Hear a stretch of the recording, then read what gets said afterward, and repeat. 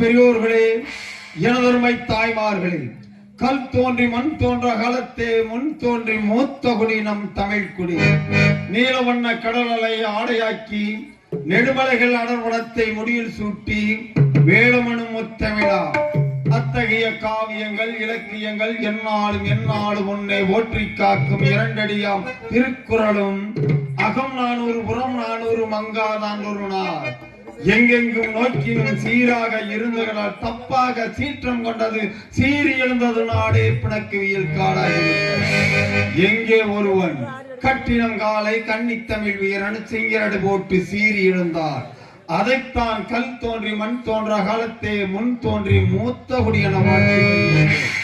கற்புக்கரசி கண்ணகியை பழித்துரைத்த வடநாட்டு கனக விஜயனை போரிலே வென்று இமயத்தின் உச்சியிலே கண்ணகிக்கு செலவழித்தான் சேர மன்னன் செங்குட்டுவன் செந்தமிழ் வீரன்.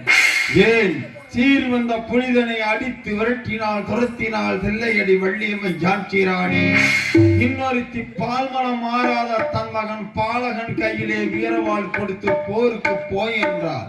தன் மகன் போரிலே மாண்டு விட்டான் என்ற செய்தி அறிந்து போரிலே தோற்று போய் புறமுதுகில் மேல் வாய்ந்து இறந்திருந்தார்.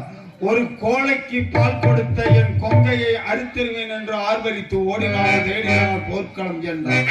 தன் மகன் மார்பிலே வேல் வாய்ந்து இறந்திருப்பதைக் கண்டு மகனே உன்னை பெற்ற போது இருந்த மகிழ்ச்சி விட இப்போதுதான் பெரும் மகிழ்ச்சி அடைகிறேன் என்றார். அத்தகையின் கண்ணையின் வெளிவந்த எனதருமை தாய்மார்களே, நாடகம் என்பது வெறும் நகைச்சுவை மட்டுமல்ல. நடந்த வரலாறுகளை நடிப்பின் மூலம் பல பேர் மத்தியில் நடித்து காட்டுவதுதான் நாடகம். உங்கள் அனைவருக்கும் எங்களது நாடக குழுவின் சார்பாக நன்றி கலந்த வணக்கம் வணக்கம் வணக்கம்.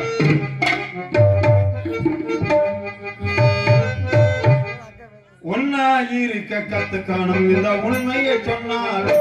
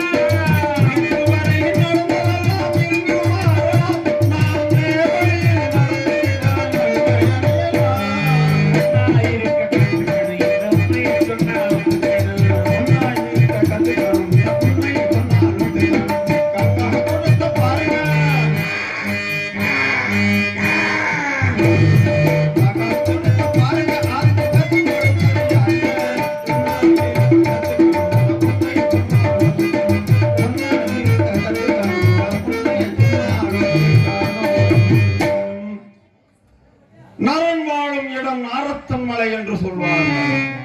அந்த ஸ்ரீராமன் வாழும் நாரத்தமனை அருகாமையில் உள்ளது தெலுங்காபுரி சீமை. தெலுங்காபுரி சீமையை நல்ல முறையில் அரசு புரிந்து வருகிறேன். கோட்டை பெருமாளாக எனது மனைவி கோட்டை கருப்பாய்.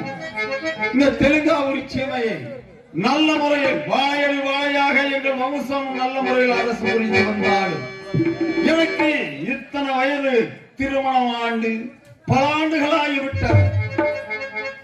ஆனால் எங்களுக்கு குழந்தை பாக்கியமே ஆண்டவன் கொடுக்கவில்லை. அந்த ஸ்ரீராமன் நாராயண பக்தனாக நான் இருந்தாலும் எனது மனைவி கோட்டை கருப்பாய் அந்த சக்தி தேவியின் பக்தையாக இருந்து அன்றாடம் பூஜை செய்து வந்து கொண்டிருக்கிறார். எப்படியாவது எங்களுக்கு ஒரு குழந்தை வேண்டும். இந்த தெலுங்காபுரி சீமையை எங்களுக்கு பிறகு இந்த ஆசனத்தில் அமர்ந்த ஆட்சி புரிய நல்லாட்சி புரிய வேண்டும் என்றால் எங்களுக்கு வாரிசாக வாழ்வே வர வேண்டும். அதுதான் நான் உங்களை கேட்கிறேன். அயல்நாட்டு மன்னர்கள் எல்லாம் கோட்டை பெருமாளுக்கும் அவருடைய மனைவி கோட்டை கருப்பாய்க்கு இனிமேலாவது குறைந்த பிறக்கப் போவது. அவர்கள் பிள்ளை இல்லா பெரும்பாவி, மக்கள் இல்லா மாவாவி ஏளனம் பேசிக் கொண்டிருக்கிறார். எனது நாட்டு மக்கள் எல்லாம் கோட்டை பெருமாளுக்கு பிறகு இந்த தெலுங்காபுரி சீமையை யார் ஆழ்வது என்றுதான் ரொம்ப மனக்கவலையாக இருக்கிறார்கள். அதே நேரத்தில் அந்த நாராயண